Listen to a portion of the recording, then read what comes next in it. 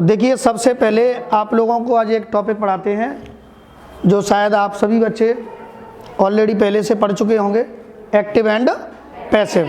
और एक्टिव और पैसिव इन चीज़ों का यूज मोस्टली हम लोग जब ऐसे बनाते हैं, क्या बनाते हैं, ऐसे बनाते हैं, तो उसमें यूज हो जाता है। जैसे आर्टिकल ऐसे, जैसे कि आप लोग किसी फेस्टिवल पे अगर आप ऐसे बनाते हो, फेस्टिवल का मतलब किसी त्यौहार पे अगर आप बनाते हो, तो सबसे ज़्यादा यूज जो किया जाता है ना, वो हमारा पैसिव का यूज होता है।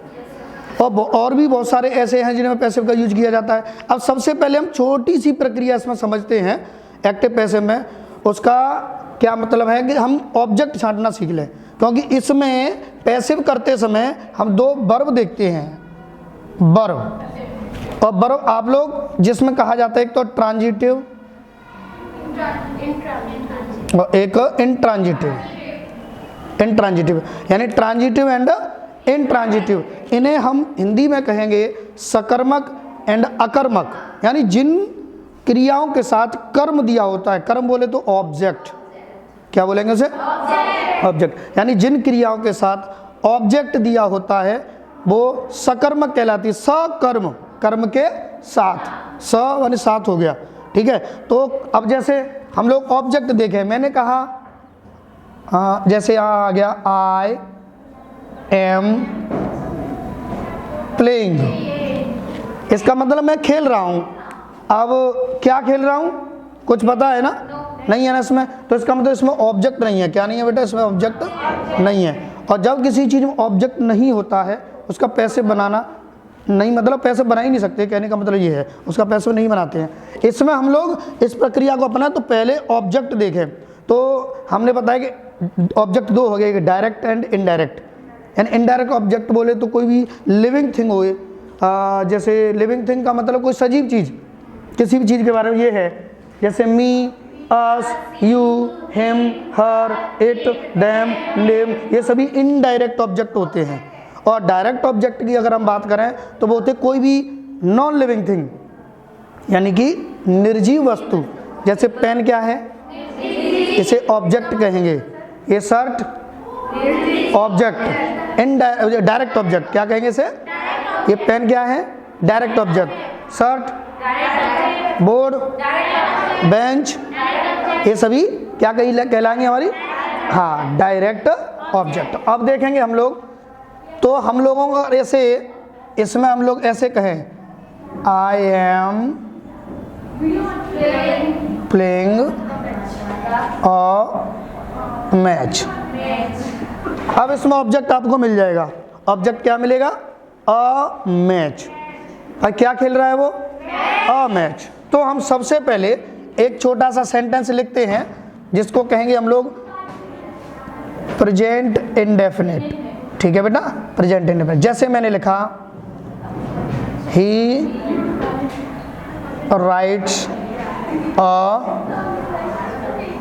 Letter, he writes a letter. अब सुने, ही राइट्स अ लेटर में सबसे पहले हमारे पास रूल्स दे रखे हैं। इस रूल्स में हम पढ़ेंगे change the object into subject. जो हमारा ऑब्जेक्ट क्या है इसमें, अब अ लेटर, इसको अब हम सब्जेक्ट के स्थान पर लाएंगे, सब्जेक्ट के प्लेस पर लाएंगे। तो सबसे पहले हम जिसका जब पैसिव बनाते हैं तो पहले क्या लेंगे बेटा, अ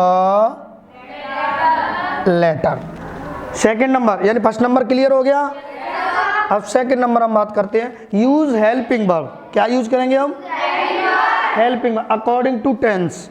अब इसमें हेल्पिंग वर्ब देखेंगे, तो इसमें हेल्पिंग वर्ब है, तो हमने कहा था कि सेंटेंस से, यानी दो ऐसे टेंस होते हैं जिनमें हेल्पिंग वर्ब, यानी कि अफर्मेटिव में हेल्पिंग वर्ब नहीं होती है, present indefinite and past indefinite. इन दोनों में, यानी अफर्मेटिव सेंटेंस में हेल्पिंग वर्ब नहीं होती है। क्लियर। तो हम लोग इसमें मेन वर्ब की फर्स्ट फॉर्म में ऐसे ईएस दे रखी है, इसका मतलब ये हमारा प्रेजेंट इंडेफिनिट है।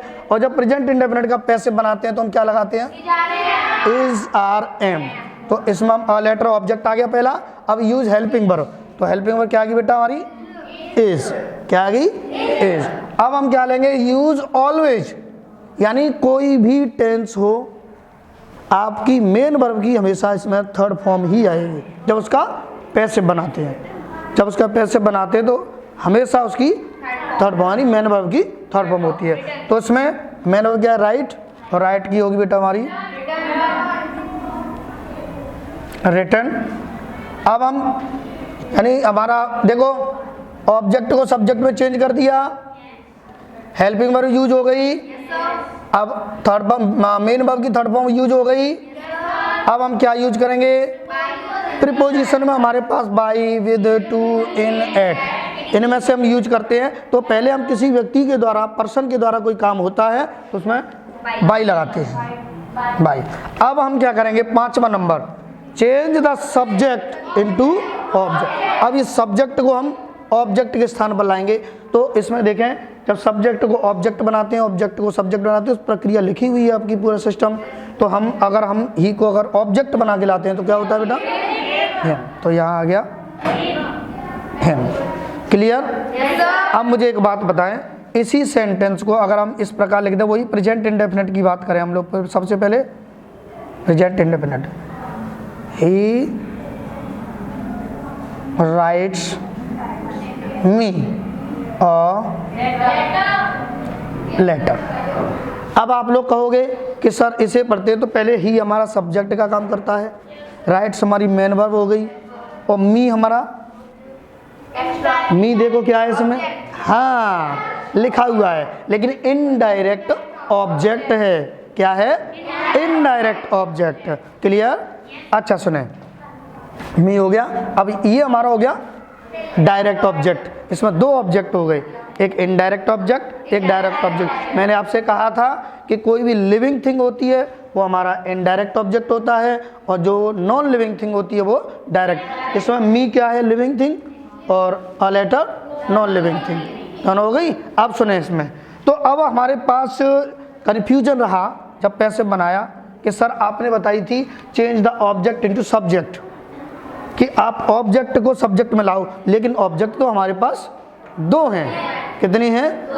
दो ऑब्जेक्ट है। एक है ये तो हमारा इनडायरेक्ट ऑब्जेक्ट, और ये हमारा डायरेक्ट ऑब्जेक्ट। तो हम पहले किसी भी ऑब्जेक्ट को ले आए। सबसे पहले मान लो हम मी को लाते हैं, जैसी अपनी इच्छा के अनुरूप होता है। तो मी को जब लेकर आएंगे तो हम क्या करते हैं? ऑब्जेक्ट को, तो इस ऑब्जेक्ट को जब सब्जेक्ट की जगह पर लाएंगे तो सब्जेक्ट बनकर ही तो आएगा। तो मी का सब्जेक्ट क्या बनकर आएगा? आई।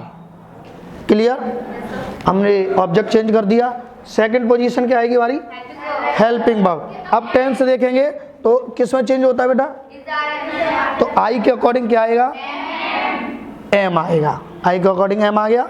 अच्छा, इसके बाद हम लगाते हैं मेन वर्ब की थर्ड फॉर्म। देखो तीसरी कंडीशन, तो राइट की क्या होगी बेटा? रिटर्न। अब इसे ऑब्जेक्ट को यहाँ रखते हैं अ लेटर, तब लगाएंगे हम बाई, यानी प्रीपोजिशन लगा दिया बाई। इसके बाद अब हम सब्जेक्ट को ऑब्जेक्ट में, यानी सब्जेक्ट इनटू ऑब्जेक्ट। अब इसे यहाँ लेकर जाएंगे तो बाई। अब किसी बच्चे ने ये कहा कि सर मुझे एक बात बताओ, हम अ लेटर को लें तो चलिए अगली कंडीशन इसकी ये फर्स्ट कंडीशन रही, और इसकी अब सेकंड कंडीशन लेते हैं। अब हम यानी डायरेक्ट ऑब्जेक्ट को आगे लाते हैं, तो हमारा लेटर आ गया। अब भाई ऑब्जेक्ट को सब्जेक्ट में चेंज कर दिया। सेकंड नंबर हेल्पिंग वर्ब को चेंज करेंगे। टेंस कौन सा है हमारा? Present indefinite. किस में चेंज कर रहे हैं? इज, एम, आर, यानी कंटिन्यूस में चेंज कर रहे हैं। तो इसमें क्या लगेगी बेटा? इज। इसमें एम क्यों लगी? क्योंकि आई के अकॉर्डिंग लगी थी। इसमें हम लेटर के अकॉर्डिंग लगाते हैं। क्लियर? मैं वर्ब एक हमारा एक इसमें पॉइंट होता है बेटा कि अगर हम इनडायरेक्ट ऑब्जेक्ट को डायरेक्ट के बाद लेंगे तो उसमें प्रीपोजिशन टू का यूज जरूर करेंगे। इसमें एक चीज देखना कि जैसे मैंने लिखा उसने मुझे पेन दिया, समझना बात को, उसने मुझे पेन दिया। अब हम ही गे, अब इसमें दो ऑब्जेक्ट हो गए। किसे दिया? क्या दिया? पेन दिया। अगर हम पहले इनडायरेक्ट को लेते हैं, he gave me a pen, तो ये हमारा इनडायरेक्ट ऑब्जेक्ट हो गया ये, और अगर हम इनडायरेक्ट ऑब्जेक्ट को पहले लें और डायरेक्ट को पहले लें, इनडायरेक्ट को बाद में, अगर इसे हम बाद में लेते हैं यहाँ तो होगा टू मी। अर्थात हम यहाँ ये समझे अगर इनडायरेक्ट ऑब्जेक्ट को डायरेक्ट के अगर बाद लेंगे तो उसमें टू लगाएंगे। क्या लगाएंगे? टू। चलिए देखें, तो इस जगह पर हमने क्या लगा दिया यहाँ? To me by him. यहाँ तक कोई प्रॉब्लम आप बच्चों को समझ में आ गया? चलिए अब हम आगे की थोड़ी सी बात करते हैं इसी में, यानी दोनों ही ऑब्जेक्ट सीखे। अब हम थोड़ी सी कंडीशन चेंज करते हैं, जैसे नहीं आते बेटा ऐसे, पास्ट इंडेफिनिट का बात कर दे हम। किसका बेटा? पास्ट इंडेफिनिट का। अब जैसे मैंने लिखा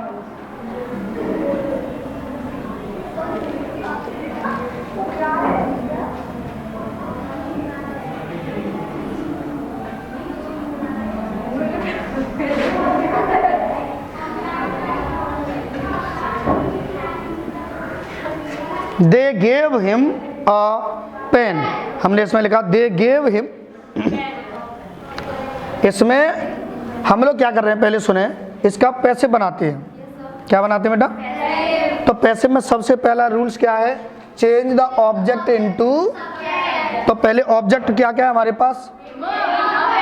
हिम अ पेन, दो ऑब्जेक्ट हैं। अब हम किसी भी ऑब्जेक्ट को ले लें, जैसे अ पेन ले लिया तो अ पेन। अब क्या लगाएंगे बेटा?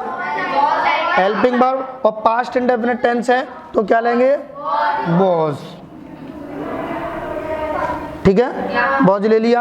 अब मेन वर्ब की देखो, यूज ऑलवेज थर्ड फॉर्म, तो गिवन। अब ये ऑब्जेक्ट हमारा भाई इनडायरेक्ट आगे आ गया है, डायरेक्ट आगे आ गया, अब इनडायरेक्ट पीछे आ रहा है तो क्या लगानी पड़ेगी? To him by. अब देखो ऑब्जेक्ट क्या बनेगा हमारा? क्लियर? अच्छा एक बात बताएं मुझे, ये हमारा जो सेंटेंस था ना, ये हमारा पास्ट इंडेफिनिट का ये अफर्मेटिव था।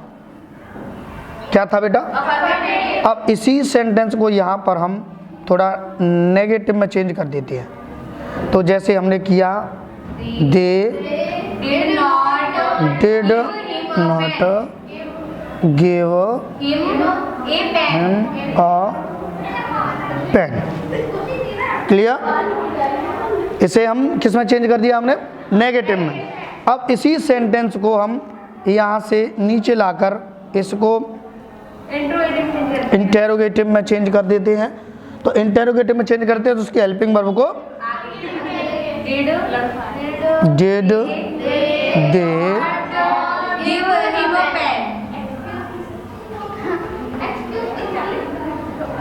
साइलेंस। अब इसे हम एक और वर्ड होता है हमारे, जिसे हम कोई वाई टाइप बोलता है, कोई डब्ल्यू एच टाइप बोलता है, इसे थोड़ा डब्ल्यू एच टाइप में और चेंज कर ले रहे हैं। जैसे हमने लिख दिया डब्ल्यू एच टाइप में अगर चेंज करते हैं तो कर देंगे हम, जैसे कर दिया why did they not give him a pen. Clear? अब इनका हम पैसिव बनाते हैं। ठीक है, तो पहला वाला हमारा पैसिव था, यानी हमने ऑब्जेक्ट को सब्जेक्ट के स्थान पर लेकर आए थे। मेन वर्ब, उसके बाद हेल्पिंग वर्ब लगाई थी हमने अकॉर्डिंग टू टेंस। टेंस के अकॉर्डिंग मेन वर्ब की हमेशा थर्ड फॉर्म यूज करते हैं, तो हमने कौन सी यूज की? थर्ड फॉर्म यूज की।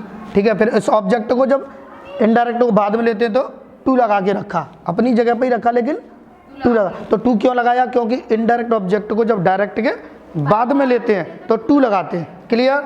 अच्छा, बाय देम हो गया। अच्छा, इसका हम अब बनाते हैं क्या? नेगेटिव। तो पैसिव बना के चलते हैं, तो क्या करेंगे बेटा? पहले ले लो ऑब्जेक्ट अ पेन।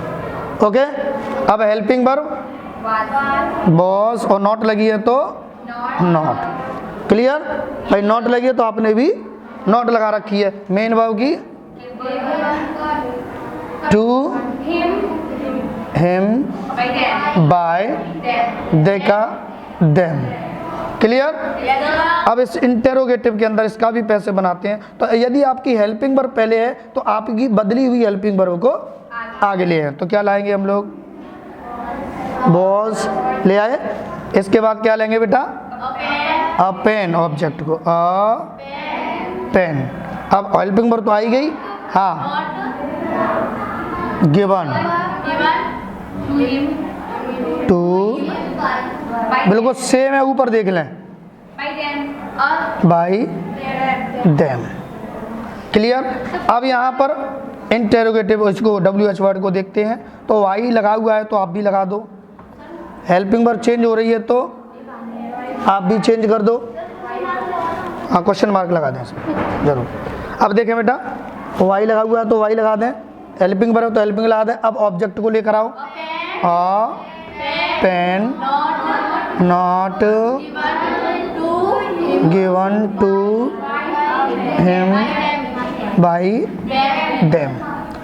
इसके अंदर हम लोग जो बात कर रहे हैं वो ये है कि हम अगर किसी भी सेंटेंस का पैसे बनाते हैं तो चेंज इसके हिसाब से, जैसे अगर हेल्पिंग वर्ब चेंज करनी है तो आपके सामने लिस्ट है, आप इसमें देख के भी चेंज कर सकते हो। क्लियर। चलिए अब हम लोग एक चीज़ और बताते हैं आप लोगों को।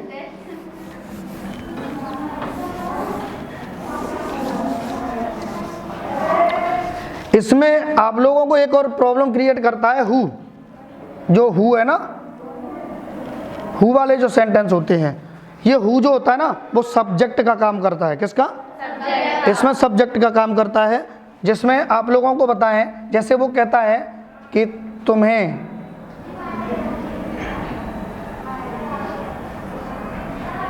अंग्रेजी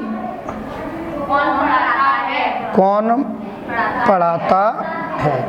अब इसमें हम लोग कभी कभार WH वर्ड लेते हैं, यानी कौन को ही तो लेते हैं, वाई वाट व्हेन वेयर इसको लेते हैं, उसके बाद हेल्पिंग वर्ब लगाते हैं। लेकिन इसके साथ कुछ अलग कंडीशन है कौन वाले के साथ। इसके साथ वही कंडीशन अप्लाई होती है जो एक सब्जेक्ट के साथ होती है। जैसे मान के चलो यहाँ पर मैंने लिख दिया है राम, तो तुम्हें अंग्रेजी राम पढ़ाता है, तो इसमें सब्जेक्ट कौन हो गया, राम। तो यहाँ पर हमने लिख दिया Ram teachers you English. Clear. अगर लेकिन है क्या इसके जगह पे हमारा कौन, तो हम जगह पे क्या कर देंगे बेटा, देखना इसमें लिख देंगे हु लिख देंगे। क्या लिखेंगे, तो इसमें लिखेंगे हु टीचर्स यू इंग्लिश। तो यहाँ क्वेश्चन मार्क आ देगा। अब हम बात करते हैं बेटा इसमें कौन सा बेटा, ये इस समय सिंगुलर का ही काम कर रहा है, क्योंकि एक ही व्यक्ति काम कर रहा है पढ़ाने का, सब्जेक्ट हमारा सिंगुलर है। अब हम क्या करते हैं, इसका पैसिव बनाते हैं। जैसे पहले इसमें दो ऑब्जेक्ट है, हम एक सेंटेंस लेते हैं सिंगल ऑब्जेक्ट वाला। जैसे मैंने लिखा कि यह हु ब्रोक दिस चेयर, यानी यह कुर्सी किसने तोड़ी। इसका हम पैसिव अगर बनाया हमने, तो पैसिव में हम सबसे पहले क्या लेते हैं, चेंज द ऑब्जेक्ट इनटू, तो चेयर को हम आगे लेंगे। देखें तो हमने क्या कर दिया यहाँ बेटा, दिस चेयर। अब क्या लेंगे हम, हेल्पिंग वर्ब। कौन सा सेंटेंस है, सेकंड फॉर्म है, तो आगे बेटा हमारी वॉज। मेन वर्ब की ब्रोकन, बाय और हु का बन जाता है जो हु वाले के साथ ये कंडीशन अप्लाई होती है। अब इसमें दो ऑब्जेक्ट आते हैं तो दोनों के हिसाब से, जैसे हमने बताया था इनडायरेक्ट को ले रहे हैं कि डायरेक्ट को ले रहे हैं, कौन से को ले रहे हैं, अगर इनडायरेक्ट को बाद लेते हैं तो टू लगा के लेते हैं। फिर क्लियर हुआ। चलिए अब इसमें हम लोग एक और चीज़ हम बात करते हैं, आगे भी आ जाती है भाइयों। अब सुने, जैसे इसमें हम लोग एक छोटी सी प्रक्रिया लेते हैं, इम्परेटिव सेंटेंस। इम्परेटिव सेंटेंस में, इम्परेटिव सेंटेंस में पहली प्रक्रिया ये होती है कि यदि उस सेंटेंस में ऑर्डर दिया हो, क्या दिया हो बेटा, सेकंड कंडीशन ये होती है कि यदि उसमें एडवाइस दी हो, ठीक है, और थर्ड कंडीशन ये होती है कि उसमें रिक्वेस्ट की गई हो। ठीक है, 3 कंडीशन होती हैं। तो इसमें जो हमारा रूल्स होता है, तो सबसे पहले लेट लगाते हैं। क्या लगाते हैं? लेट। उसके बाद हम बेटा ऑब्जेक्ट,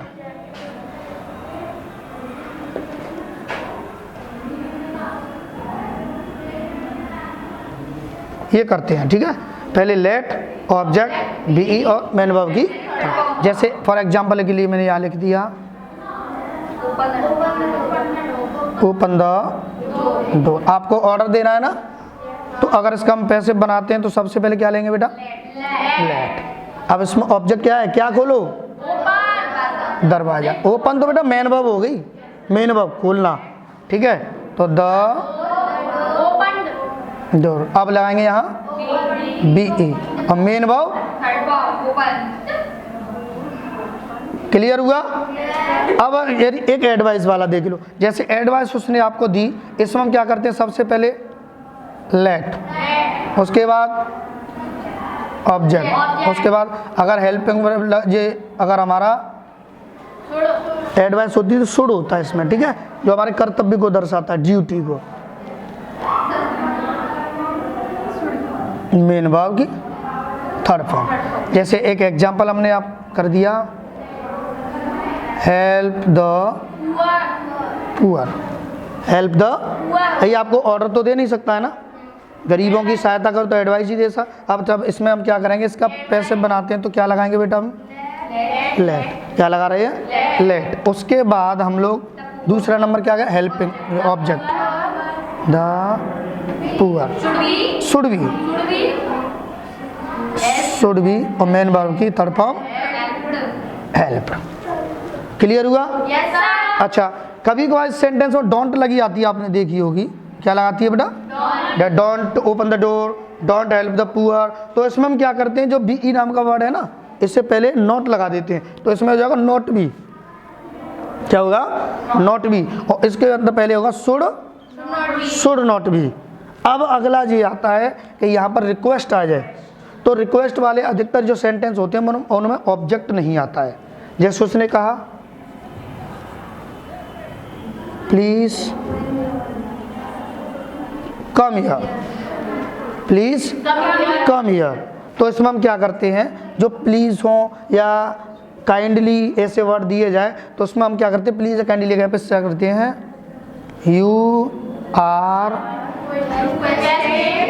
रिक्वेस्टेड, फिर लगाएंगे टू और सेंटेंस को लिख देंगे कम हियर, जो भी है। ठीक है, सही से लिख दें